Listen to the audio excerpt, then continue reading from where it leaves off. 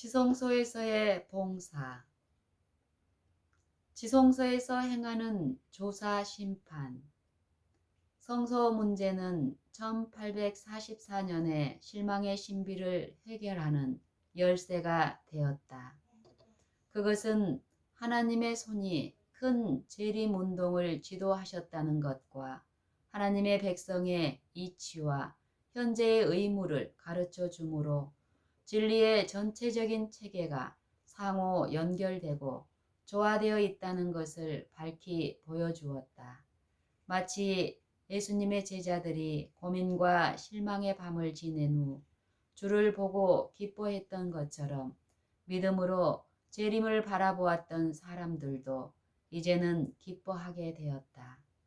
그들은 주님께서 당신의 종들에게 상을 주시기 위해 영광 중에 나타나실 것을 고대하고 있었다. 그들의 소망이 깨졌을 때 그들은 예수님을 보지 못하였고 무덤에서 마리아와 함께 사람이 내 주를 가져다가 어디 두었는지 내가 알지 못함이니이다 라고 부르짖었다. 그러나 이제 그들은 다시 지성소 안에서 주님, 곧 미구의 왕과 구주로 다시 오실 자비로우신 대제사장을 뵙게 되었다. 성소에서 나온 빛은 과거, 현재, 미래를 환하게 비춰주었다. 그들은 하나님께서 절대로 착오 없는 섭리로서 그들을 인도해 주신 사실을 알았다. 초대 제자들처럼 그들은 자신들이 가진 기별을 비록 충분히 이해하지는 못했으나 그 기별을 모든 면에서 정확하게 전했다. 그 기별을 전함으로 그들은 하나님의 목적을 성취하였기 때문에 그들의 수고는 주님 안에서 결코 헛되지 않았다. 다시 산 소망이 생겨서 그들은 말할 수 없는 영광스러운 즐거움으로 기뻐하였다. 2300주야까지니 그때 성소가 정결함을 2300주야까지니 그때 성소가 정결하게 함을 입으리라 라고 한 다니엘 8장 14절의 예언과 하나님을 두려워하며 그에게 영광을 돌리라. 이는 그의 심판하실 시간이 이르렀음이니 라고 한 첫째 천사의 기별은 다 같이 지성소 안에서의 그리스도의 봉사, 곧 조사 심판을 가리키는 것이지 주님께서 당신의 백성을 구속하시고 악인을 멸망시키기 위해 재림하시는 일을 가리키는 것이 아니었다.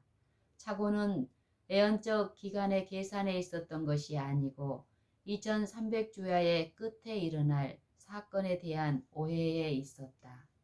그와 같은 오해 때문에 신자들은 실망할 수밖에 없었다. 그러나 예언으로 미리 알려진 모든 것과 성경 중에서 그들이 받을 모든 보증은 다 이루어졌다. 그리하여 그들이 바라던 것이 수포로 돌아가므로 슬퍼하고 낙담하던 바로 그때에 주님께서 당신의 종들에게 상급을 주시기 위해 나타나시기 전에 성취되어야 할 사건, 곧 기별을 통하여 예고된 사건이 일어나게 되었다. 그리스도께서는 임하셨다. 그러나 그들이 기대했던 바와 같이 지상에 임하신 것이 아니고 이미 모형으로 표상된 바와 같이 하늘에 있는 하나님의 지성소에 임하셨다. 그 사실을 선지자 다니엘은 그분께서 옛적부터 항상 계신 자 앞에 나아왔다고 표현하고 있다. 그는 내가 또 밤 이상 중에 보았는데 인자 같은 이가 하늘 구름을 타고 와서 라고 말한다. 그런데 그는 세상으로 온 것을 말하지 않고 옛적부터 항상 계신 자에게 나와 그 앞에 인도되매 라고 하였다. 다니엘 7장 13절. 말라기 선지자 역시 이때의 오심에 대하여 다음과 같이 애언하였다. 너희의 구하는 바 주가 호련히 그 전에 임하리니 곧 너희의 사모하는 바 언약의 사자가 임할 것이라. 말라기 3장 1절. 주님께서 성전에 들어가시는 일은 하나님의 백성에게도 갑작스럽고 예기치 못한 사건이었다. 그들은 주님께서 그리로 가시는 것을 기대하고 있지 않았다. 그들은 주 예수께서 불꽃 중에 나타나실 때 하나님을 모르는 자들과 우리 주 예수의 복음을 복종치 않는 자들에게 형벌을 주시기 위해 세상에 나타나시기만을 고대하고 있었다. 데살로니가 후서 1장 7절로 8절. 재림하실 주를 영접할 준비. 백성은 아직도 그들의 주님을 맞이할 준비가 되어 있지 않았다. 그들에게는 아직도 이루어야 할 준비에 과업이 남아 있었다. 그들은 그들의 마음을 하늘에 있는 하나님의 성전으로 향하게 하는 빛을 받아야 할 것이었다. 그리고 그들이 믿음으로 거기서 봉사하는 대제사장을 따라가므로 그들에게는 새로운 의무가 밝혀질 것이었다. 또한 교회는 또 하나의 다른 경고의 기별과 교훈을 받아야 할 것이었다. 선지자는 그의 임하는 날을 누가 능히 당하며 그의 나타나는 때 누가 능히 서리요. 그는 금을 연단하는 자의 불과 표백하는 자의 잿물과 같을 것이라. 선지자는 그의 임하는 날을 누가 당하며 그의 나타나는 때를 누가 능히 서리요. 그는 금을 연단하는 자의 불과 표백하는 자의 잿물과 같을 것이라. 그가 은을 연단하여 깨끗게 하는 자같이 앉아서 레위 자손을 깨끗게 하되 금은같이 그들을 연단하리니 그들이 의로운 제물을 나 여호와께 드릴 것이라 라고 말한다. 말라기 3장 2절로 3절. 하늘 성소에서 그리스도의 중보 사업이 그치게 될 때 세상에 살아있는 사람들은 거룩하신 하나님 앞에서 중보자 없이 서게 될 것이다.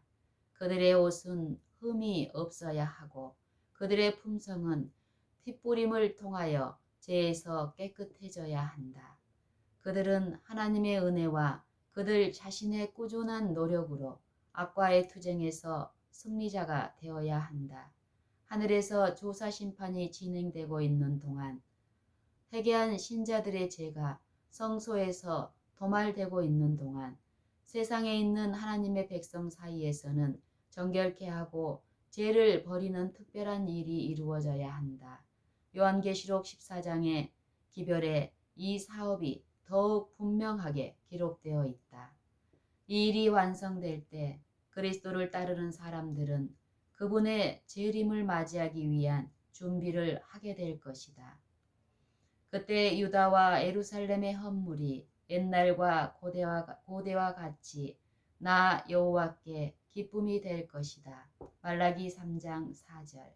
주님께서 오실 때 당신의 것으로 받으실 교회는 영광스러운 교회로 세우사 티나 주림 잡힌 것이나 이런 것들이 없는 교회가 될 것이다. 에베소서 5장 27절. 그때 교회는 아침빛 같이 뚜렷하고 달같이 아름답고 해같이 맑고 기치를 버린 군대같이 어미가 있을 것이다. 미가서 6장 10절. 아가서 6장 10절. 조사 심판과 어린 양의 혼인잔치.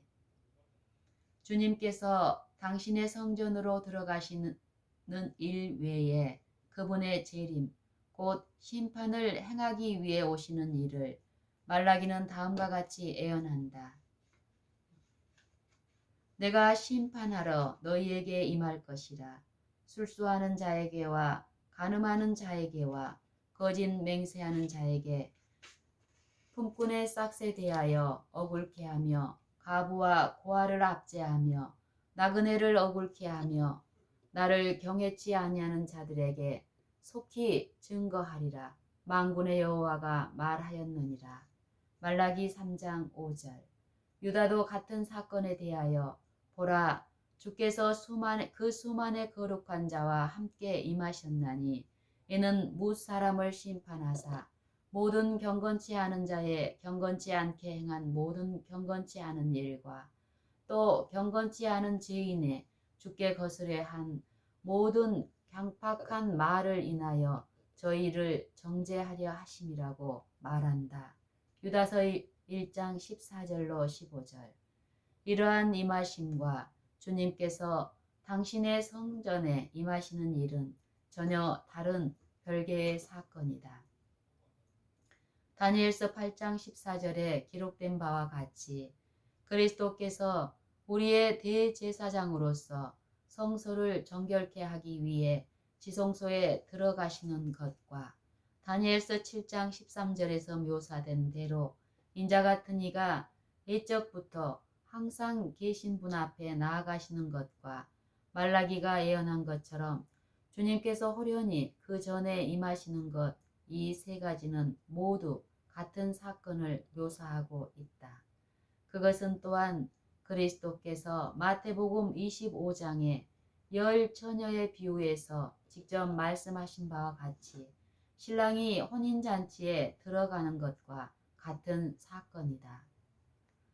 1844년 여름과 가을에 보라 신랑이로다 맞으러 나오라는 기별이 선포되었다. 그때 슬기 있는 처녀와 미련한 처녀로 대표된 두 부류의 사람들이 나타났다. 곧 한 부류의 사람들은 주님의 나타나심을 기쁨으로 바라보고 그분을 만나기 위해 부지런히 준비하는 자들이고 다른 한 부류는 두려운 생각을 가지고 일시적 충동으로 행동하여 진리의 이론에만 만족하고 하나님의 은혜는 결핍되어 있는 자들이었다.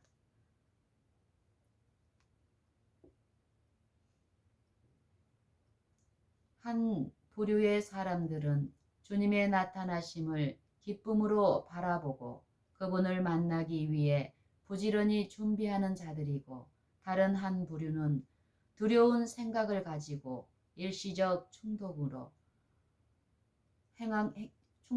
행동하여 진리의 이론에만 만족하고 하나님의 은혜는 결핍되어 있는 자들이었다.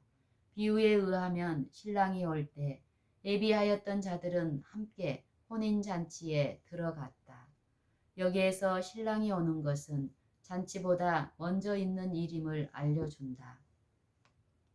그리고 혼인은 그리스도께서 당신의 나라를 받으시는 것을 의미한다. 거룩한 성, 곧 그 나라의 수도요 대표인 새 예루살렘은 신부, 곧 어린 양의 아내라고 불린다. 천사는 요한에게 이리 오라, 내가 신부 곧 어린 양의 아내를 내게 보이리라 라고 말했다. 계시록 21장 9절. 선지자는 성령으로 나를 데리고 크고 높은 산으로 올라가 하나님께로부터 하늘에서 내려오는 거룩한 성 예루살렘을 보이니 라고 말한다. 계시록 21장 10절. 그러므로 신부란 거룩한 성을 대표하며 신랑을 맞으러 나가는 처녀들은 분명히 교회를 상징한다. 요한계시록에 의하면 하나님의 백성은 혼인잔치에 청함을 입은 손님들로 불리고 있다. 계시록 19장 9절. 손님이 된 자가 동시에 신부로 대표될 수는 없다. 그리스도께서는 선지자 다니엘이 기록한 대로 하늘에서 옛적부터 항상 계신 분께로부터 권세와 영광과 나라를 받으실 것인데 그 예비한 것이 신부가 남편을 위해 단장한 것 같은 당신의 나라의 수도 새 예루살렘을 받으실 것이다. 다니엘 7장 14절, 계시록 21장 2절. 그분께서는 그 나라를 받으신 후에 그 나라에서 당신의 상에 아브라함과 이삭과 야곱과 함께 앉아 어린 양의 혼인잔치에 참여할 당신의 백성을 구원하시기 위해 만왕의 왕이요 만주의 주로 영광 중에 다시 오실 것이다.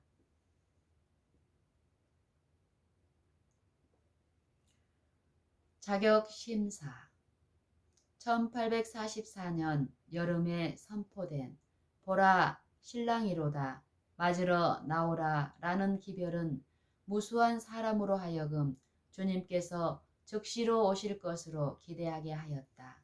그러나 그 지정된 시기에는 백성이 기대했던 대로 신랑이 이 세상으로 오신 것이 아니라 혼인 예식을 위해 하늘에서 옛적부터 계신 자에게 곧 당신의 나라를 받으시기 위해 나아가신 것이었다. 예비하였던 자들은 함께 혼인잔치에 들어가고 문은 닫힌지라 백성은 직접 그 혼인 예식에 참여할 수 없었다. 왜냐하면 그들은 세상에 살고 있는 반면에 그 혼인은 하늘에서 행해졌기 때문이다. 그리스도를 따르는 사람들은 그 주인이 혼인집에서 돌아와 문을 두드리면 곧 열어주려고 기다리는 사람과 같이 되어야 한다. 누가복음 12장 36절. 그들은 그리스도께서 하나님 앞에 나아가실 때 그분께서 하시는 일을 이해하고 믿음으로 그분을 따라가야 한다. 이런 의미에서 그들이 혼인잔치에 들어간다고 기록되어 있다. 비유에 의하면 혼인잔치에 들어간 사람들은 등뿐 아니라 그릇에 기름을 준비한 자들이었다. 성경에서 진리의 지식을 얻은 사람들은 또한 성령과 하나님의 은혜를 가지고 있었다. 성경에서 진리의 지식을 얻은 사람들은 또한 성령과 하나님의 은혜를 가지고 있었다. 그리고 캄캄한 시련에 괴로운 밤에도 참고 기다린 사람들은 더욱 강명한 빛을 얻기 위해 성경을 상고하였고 그들은 하늘 성소에 관한 진리와 구주의 봉사의 변동을 깨닫고 믿음으로 하늘 성소에서 봉사하고 계시는 그분을 따라갔다. 또한 성경의 증거를 통하여 같은 진리를 받아들이고 그리스도께서 마지막 중보의 일을 마치고 그의 나라를 받으시기 위해 하나님 앞으로 들어가실 때 믿음으로 그리스도를 따라가는 모든 사람은 다 그 혼인잔치에 들어가는 자들로 표상되어 있다. 마태복음 22장의 비유에도 결혼에 대한 동일한 상징이 소개되었는데 거기서도 조사 심판이 혼인 예식보다 먼저 진행될 것을 분명히 나타낸다. 혼인 예식이 있기 전에 왕이 먼저 와서 모든 사람이 다 애복, 곧 어린 양의 피로 씻어 깨끗하게 된 흠없는 품성의 옷을 입고 있는지 알기 위해 손님들을 살펴보게 된다. 마태복음 22장 11절, 계시록 7장 14절. 부족한 것이 발견되는 자는 밖으로 내쫓김을 당하지만 검사한 결과 혼인 예복을 입은 것이 인정되는 자는 모두 하나님의 간합하심을 받고 그분의 나라에 들어가 그분의 보좌에 앉을 자격을 얻게 된다. 이와 같이 품성을 검사하는 일, 곧 누가 하늘나라에 들어갈 준비가 되었는지 결정하는 것이 곧 조사 심판이요 하늘 성소에서 하는 마지막 사업이다. 모형적 봉사와 실제적 봉사. 조사 심판의 사업이 마치고 각 시대에 그리스도를 따르는 자라고 공언하는 자들의 판결이 결정되면 바로 그때 은혜의 시기가 끝나고 자비의 문은 닫힐 것이다.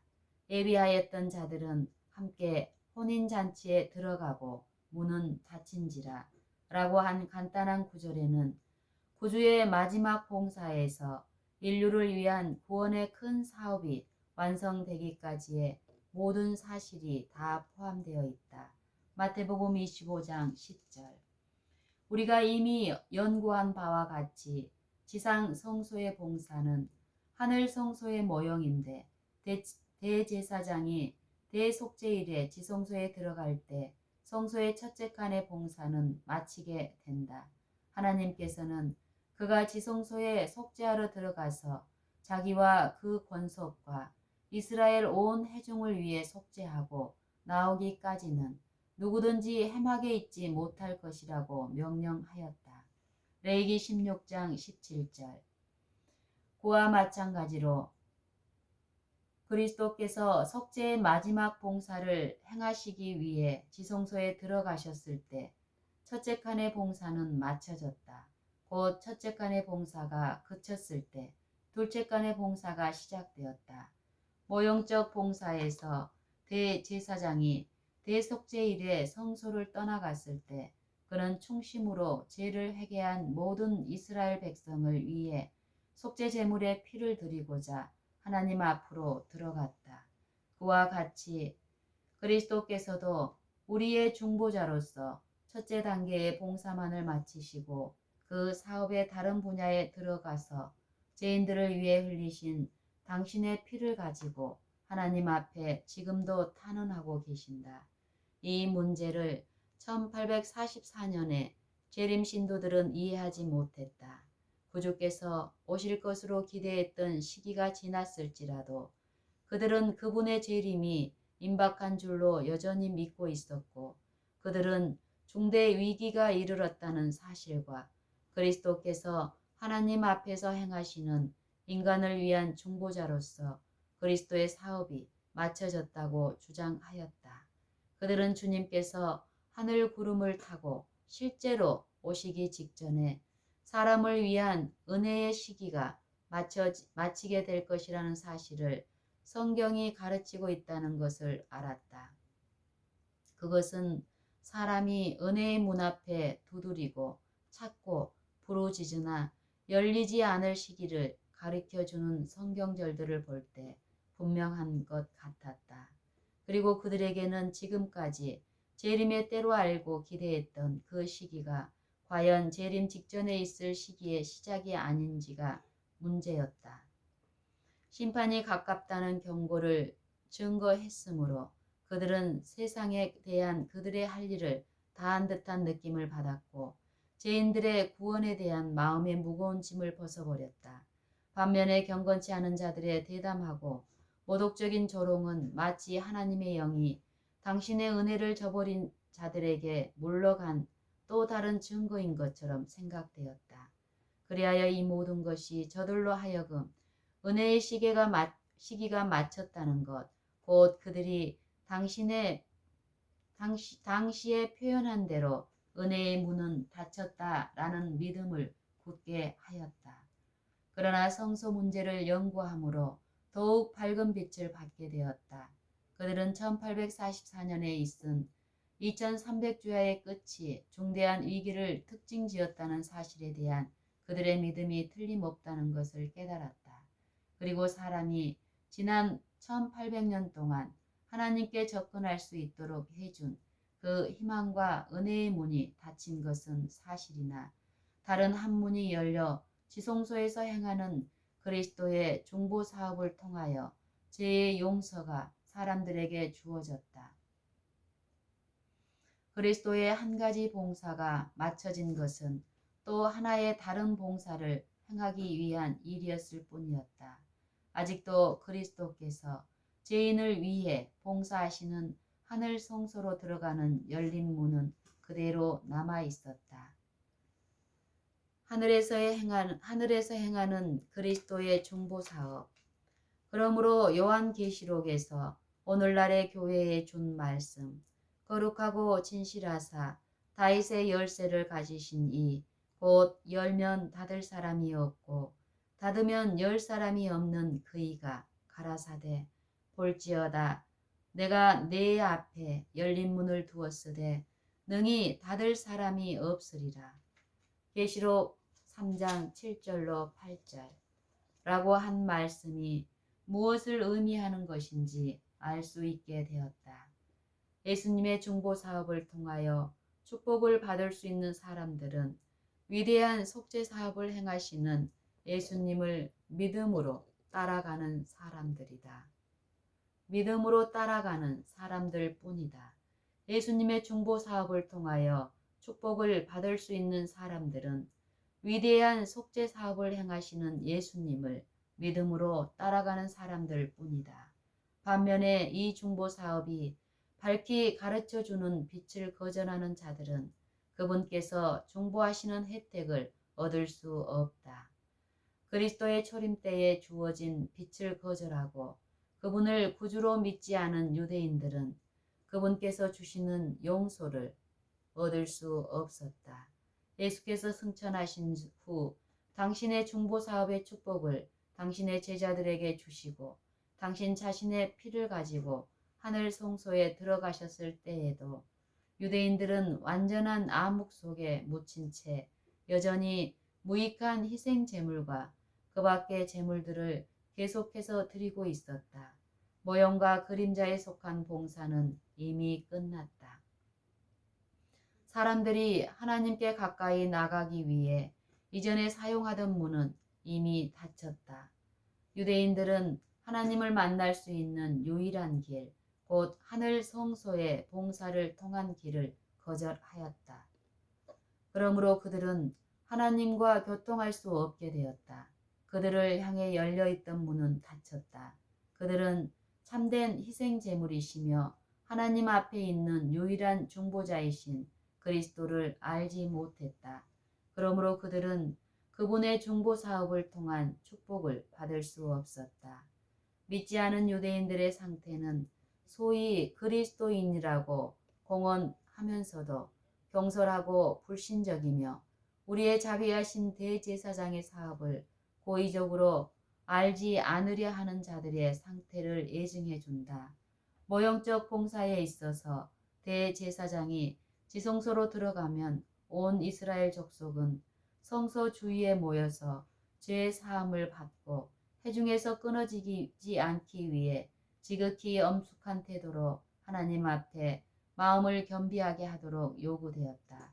그렇다면 실제적인 대속죄일에 우리의 대제사장의 사업을 이해하고 우리가 해야 할 의무를 깨닫는 일이 얼마나 기묘한 일인가. 인류는 하나님께서 자비로서 보내주시는 경고를 거절하고 무사할 수 없다. 노아 시대에는 하늘에서 한 기별이 이 세상에 주어졌는데 그 기별을 취급한 태도 여하에 따라 사람의 구원이 좌우되었다. 경고를 거절했으므로 하나님의 성령께서는 죄 많은 인류에게서 떠나고 그들은 마침내 홍수로 멸망을 당했다. 아브라함 당시에도 은혜는 소돔의 흉악한 주민들을 위해 더 이상 간언하지 못했으므로 롯과 그 아내 그리고 두 딸을 제외한 모든 사람이 하늘에서 내려온 불로 멸망당했다. 또한 그리스도의 시대에도 그러했으므로 하나님의 아들께서는 당시에 믿지 않는 유대인에게 보라 너희 집이 황폐하여 버림받으리라 라고 선언하셨다. 마태복음 23장 38절. 무한한 능력을 가지신 분께서는 마지막 시대를 내다보시고 진리의 사랑을 받지 않아 구원함을 얻지 못할 자들에게 이러므로 하나님이 유혹을 저희 가운데 역사하게 하사 거짓 것을 믿게 하심은 진리를 믿지 않고 불의를 좇아하는 모든 자로 심판을 받게 하려 함이니라 라고 선언하였다. 데살로니가 후서 2장 10절로 12절. 그들이 하나님의 말씀의 교훈을 거절할 때 하나님께서는 당신의 성령을 걷어버리시고 그들이 좋아하는 기망 가운데 버려두신다. 그러나 그리스도께서는 여전히 사람들을 위해 중보하고 계시므로 빛을 구하는 자들에게는 빛이 주어질 것이다. 처음에는 재림 신자들이 그 사실을 이해하지 못했다. 그러나 그 후에 그들의 참된 입장을 명확히 드러내주는 성경 구절들이 그들 앞에 전개됨에 따라 그것이 분명해졌다. 1844년 이후의 재림운동, 1844년의 시기가 지나감에 따라 재림의 신앙을 여전히 간직하고 있는 사람들은 큰 시련을 당했다. 그들의 입장을 분명히 확인해주는 일에 가난한 그들에게 이안과 안도감을 주는 유일한 것은 그들의 마음을 하늘의 성소로 이끌어준 빛이었다. 그러나 어떤 사람들은 애언적 계산에 대한 이전의 믿음을 버리고 재림운동에 수반되었던 성령의 큰 능력으로 성령의 큰 능력을 인간 혹은 사단의 능력이라고 말했다. 그러나 다른 한 무리는 과거의 경험을 통하여 하나님께서 그들을 인도하신 사실을 굳게 믿었다. 그리고 요동치 않았다. 그들은 하나님의 뜻을 알기 위해 기다리고 깨어있어 기도한 결과 마침내 그들의 대제사장께서 다른 단계의 봉사사업에 들어가셨다는 사실을 알게 되어 믿음으로 주님의 뒤를 따라갔을 뿐 아니라 교회의 마지막 사명이 무엇인지도 깨닫게 되었다. 그들은 첫째 천사와 둘째 천사의 기별을 분명히 이해했으며 요한계시록 14장의 셋째 천사의 엄숙한 경고를 받아 온 세계에 전할 준비가 되었다.